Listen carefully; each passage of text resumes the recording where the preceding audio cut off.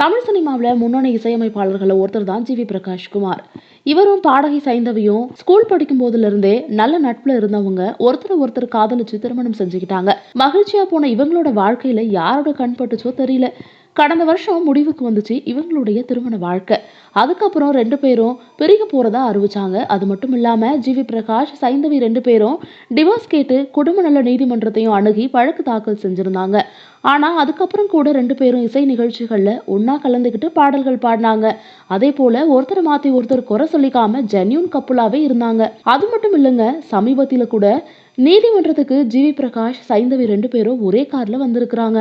இத பார்த்த ரசிகர்கள் எல்லாம் இவ்ளோ அன்போட இருக்கிற தம்பதி ஒன்று சேரக்கூடாதா? எதற்காக இருவரும் பிரிகிறீர்கள்?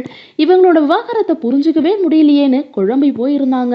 கடைசியா செப்டம்பர் 25ஆம் தேதி நடந்த விசாரணை அப்ப கூட ஜி வி பிரகாஷும் சைந்தவி 2 பேரும் நீதிமன்றத்துல நேர்ல ஆஜராகி பிரியிற முடிவுல உறுதியா இருக்கிறதா சொன்னாங்க.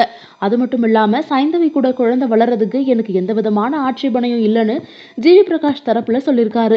இதை கேட்ட அப்புறம் இந்த வழக்கோட தீர்ப்பை செப்டம்பர் 30ஆம் தேதி அறிவிக்கப்படும்னு நீதிமன்றத்தோட நீதிபதி உத்தரவிட்டிருந்தாரு. இந்த நிலையில இன்னைக்கு ஜி வி பிரகாஷ், சைந்தவி 2 பேருக்கும் டிவோர்ஸ் வழங்கி சென்னை குடும்ப நல நீதிமன்றம் தீர்ப்பளிச்சிருக்கு. வெளியில இருக்க பலரும் இப்படி செஞ்சிருக்கலாம், அப்படி செஞ்சிருக்கலாம்னு பல அட்வைஸ் சொல்லுவாங்க.